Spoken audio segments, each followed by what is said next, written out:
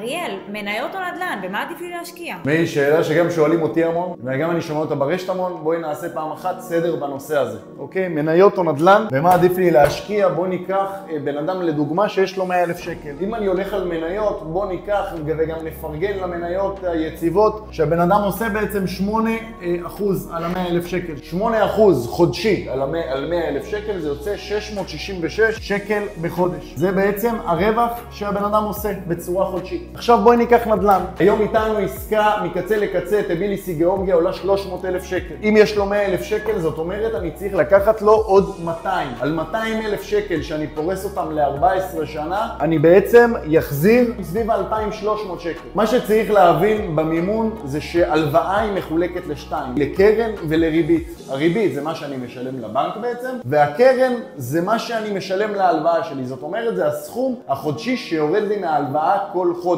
אם אנחנו ניקח נדל"ן, אני בעצם צריך לממן עוד 200,000 שקל. הירידת קרן, זאת אומרת הסכום החודשי שיורד לי כל חודש מההלוואה שלי, 850 שקל בחודש. 850 שקל בחודש רק מהירידת קרן מול 666 שקל ממניות. מה שחשוב להגיד על הנושא הזה של הנדל"ן, שפה אני מדבר אך ורק על טריק פיננסי של ירידת קרן, ואני בכלל לא מסתמך על רווח מכירה עתידי. תחליטו אתם בעצמכם מה יותר עדיף להשקיע, נדל"ן או מניות, שיהיה לכם בהצלחה.